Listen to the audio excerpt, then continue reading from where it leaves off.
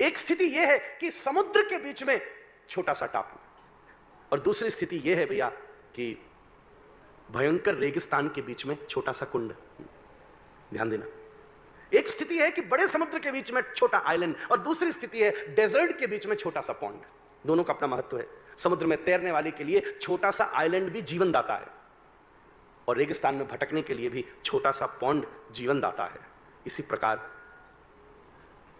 एक सन्यास का आश्रम है जहां केवल साधना का ही आश्रय हो सकता है, वैराग ही परम उपलब्धि हो सकती है। एक थोड़ा सा भी आइलैंड की तरह राग आ गया तो व्यक्ति उसमें उलझ सकता है। पर वहीं गृहस्थ कौन सा है जहां फिसलने की, बंधने की, उलझ जाने की अनंत संभावनाएं हैं, पर अगर थोड़ी सी देर भी प्रभु भक्ति का एक कुंड मिल गया तो उसमें सारे जीवन का सार प्राप्त हो सकता है। इसलिए धन्यम गृहस्थ आश्रमम।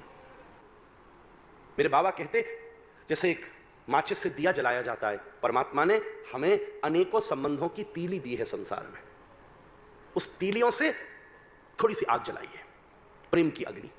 वो पत्नी हो सकती है, पति हो सकता है, पुत्र हो सकता है, मित्र हो सकता है, माँ हो सकती है, पिता हो सकता है। किसी भी एक संबंध के तीली में प्रेम की अग्नि जलाओ। बस अब ध्यान रखने की बात इतनी सी है कि अगर वो आग तीली तक रही तो तीली के खत्म होते होते तुम्हारा हाथ भी जला जाएगी, आग भी बुझ जाएगी। संबंध, प्रेम शुरू संसार से ही होना चाहिए।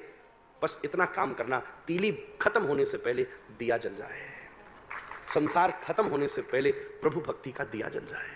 फिर देखो, ये तो प्रेम की बात है उधो, बंदगी तेरे बस की नहीं है। यहाँ सर देकर होते हैं सौदे, आशिकी सस्ती नहीं है।